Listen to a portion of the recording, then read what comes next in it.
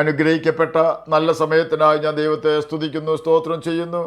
ദൈവവചനം ശ്രവിച്ചുകൊണ്ടിരിക്കുന്ന എല്ലാ ദൈവമക്കൾക്കും വീണ്ടും വരാമെന്ന് അരുളി ചെയ്തവനായ കർത്താവായ യേശു ക്രിസ്തുവിൻ്റെ ധന്യനാമത്തിൽ ഞാൻ എൻ്റെ സ്നേഹവന്ദനം അറിയിക്കുന്നു. ഇന്നത്തെ അല്പസമയത്തെ ചിന്തയ്ക്കായി 146 സങ്കീർത്തനം 8 വാക്യത്തിൻ്റെ അവസാന ഭാഗം നമുക്ക് വായിക്കാം.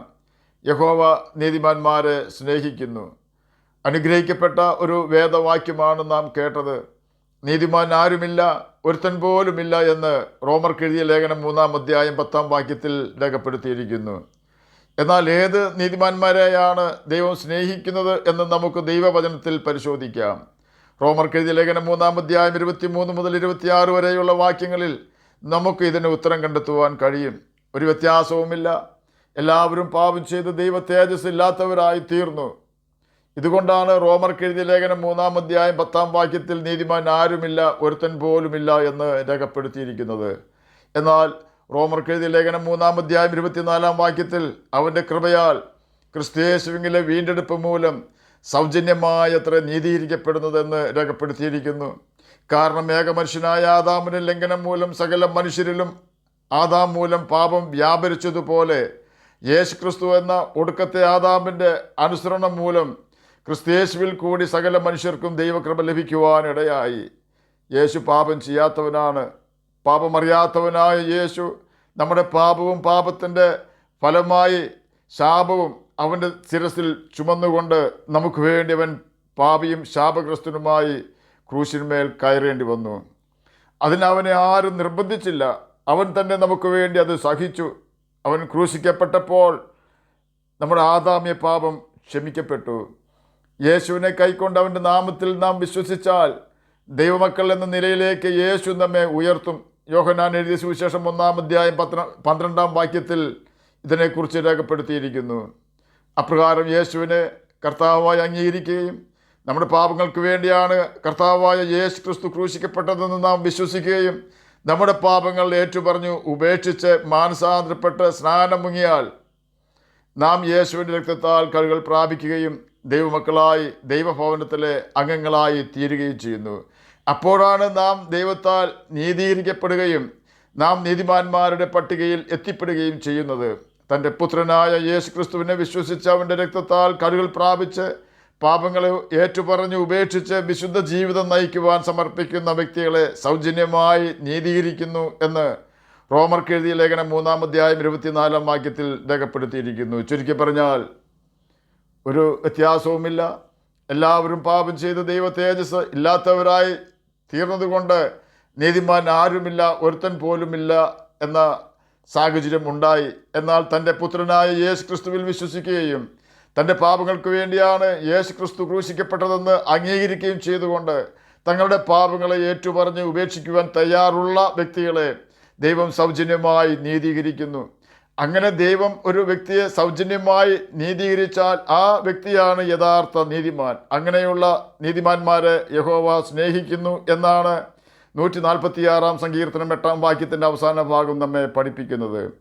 ദൈവത്തെ സ്നേഹിക്കുന്നു എന്ന് പറഞ്ഞാൽ ദൈവത്തിൻ്റെ കൽപ്പനകൾ അനുസരിക്കുക എന്നാണ് അർത്ഥം എന്ന് യോഹന്നാൻ എഴുതിയ സുവിശേഷം 14 അധ്യായം 21 മുതൽ 23 വരെയുള്ള വാക്യങ്ങളിൽ കൂടി കർത്താവായ യേശു ക്രിസ്തു നമ്മെ പഠിപ്പിച്ചിട്ടുണ്ടെന്ന് നാം ഓർക്കണം. എൻ്റെ കൽപ്പനകൾ ലഭിച്ച് പ്രമാണിക്കുന്നവൻ എന്നെ സ്നേഹിക്കുന്നവനാകുന്നു എന്ന് യോഹന്നാൻ എഴുതിയ സുവിശേഷം 14 അധ്യായം 21 വാക്യത്തിലും എന്നെ സ്നേഹിക്കുന്നവൻ എൻ്റെ വചനം പ്രമാണിക്കുമെന്ന് യോഹന്നാൻ എഴുതിയ സുവിശേഷം 14 അധ്യായം 23 വാക്യത്തിലും എന്നെ സ്നേഹിക്കാത്തവൻ എൻ്റെ കൽപ്പനകൾ പ്രമാണിക്കുന്നില്ല എന്ന് യോഹന്നാൻ എഴുതിയ സുവിശേഷം 14 അധ്യായം 24 വാക്യത്തിലും രേഖപ്പെടുത്തിയിരിക്കുന്നു.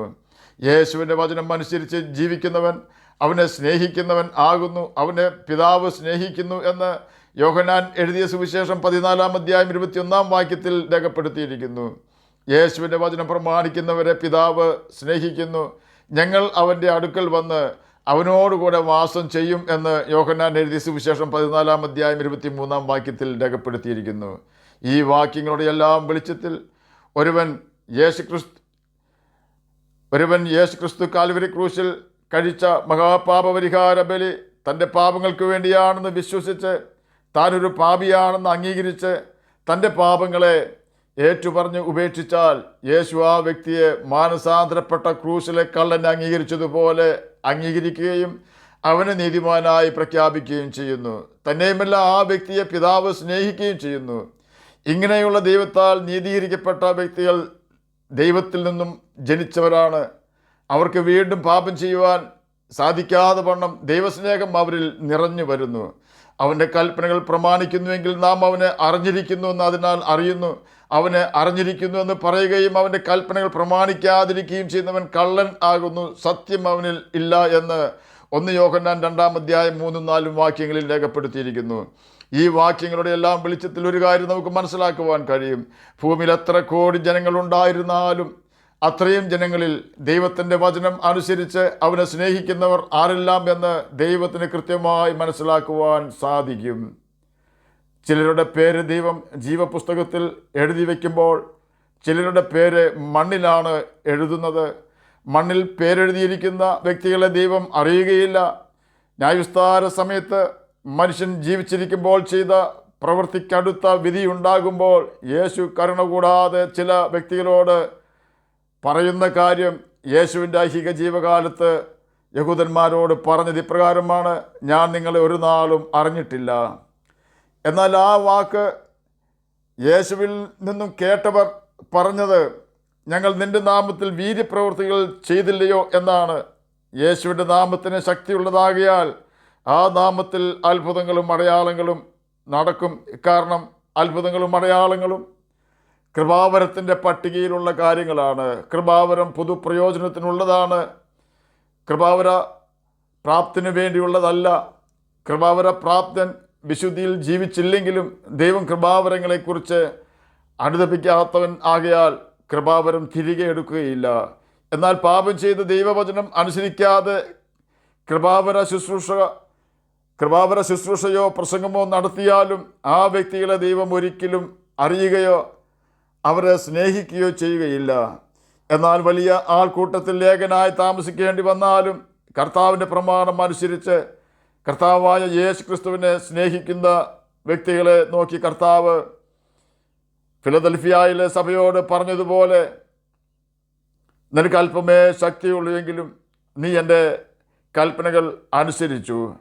വെളിപ്പാട് പുസ്തകം 3-ാം അധ്യായം 8-ാം വാക്യത്തിൽ നമുക്കത് വായിക്കുവാൻ സാധിക്കും.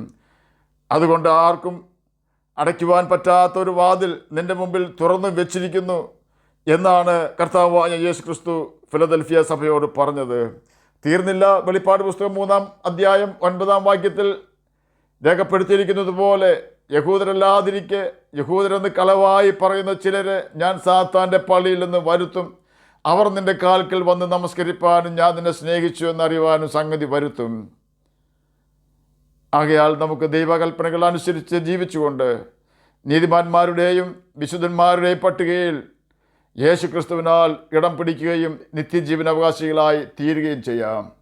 അതിന് കർത്താവ് നമ്മെ സഹായിക്കട്ടെ എന്ന് പ്രാർത്ഥിച്ചുകൊണ്ട് ഞാൻ എൻ്റെ വാക്കുകളിൽ നിന്ന് വിരമിക്കുന്നു. നമുക്ക് പ്രാർത്ഥിക്കാം. ഞങ്ങളെ സ്നേഹിക്കുന്ന സ്വർഗീയ പിതാവേ, നല്ല വചനത്തിനായി അങ്ങയെ സ്തുതിക്കുന്നു, സ്തോത്രം ചെയ്യുന്നു. എന്നെ കേൾക്കുന്ന ഏതെങ്കിലും പ്രിയപ്പെട്ടവർ അങ്ങയെ തിരിച്ചറിയാതിരിക്കുന്നുവെങ്കിൽ അവരുടെ ഹൃദയദൃഷ്ടി അങ്ങ് പ്രകാശിപ്പിച്ചു കൊടുക്കുകയാണമേ. അങ്ങയുടെ കൽപ്പനകൾ പ്രമാണിച്ച് ജ്യോതിഷികളെ പോലെ ഈ ഭൂമിയിൽ തിളങ്ങുവാനും നിത്യജീവനാവകാശികളായി തീരുവാനും മടിയനെ കേൾക്കുന്ന അങ്ങയുടെ കുഞ്ഞുങ്ങളെ സഹായിക്കണമേ. രോഗത്താൽ ഭാരപ്പെടുന്നവർക്ക് രോഗസൗഖ്യം കൊടുക്കണമേ. സാമ്പത്തികമായി ഞെരുങ്ങുന്നവർക്ക് അതിന് പരിഹാരം വരുത്തി കൊടുക്കണമേ. ജോലിയില്ലാത്തവർക്ക് ജോലി കൊടുക്കണമേ. പഠിക്കുന്ന കുഞ്ഞുങ്ങൾക്ക് പഠിക്കുവാനുള്ള ബുദ്ധിയും ജ്ഞാനവും ഓർമ്മശക്തിയും കൊടുക്കണമേ. പ്രാർത്ഥന കേട്ടതിനായി സ്തോത്രം. യേശുവിൻ്റെ നാമത്തിൽ തന്നെ ആമേൻ. കർത്താവ് എല്ലാവരെയും അനുഗ്രഹിക്കട്ടെ. സ്തോത്രം.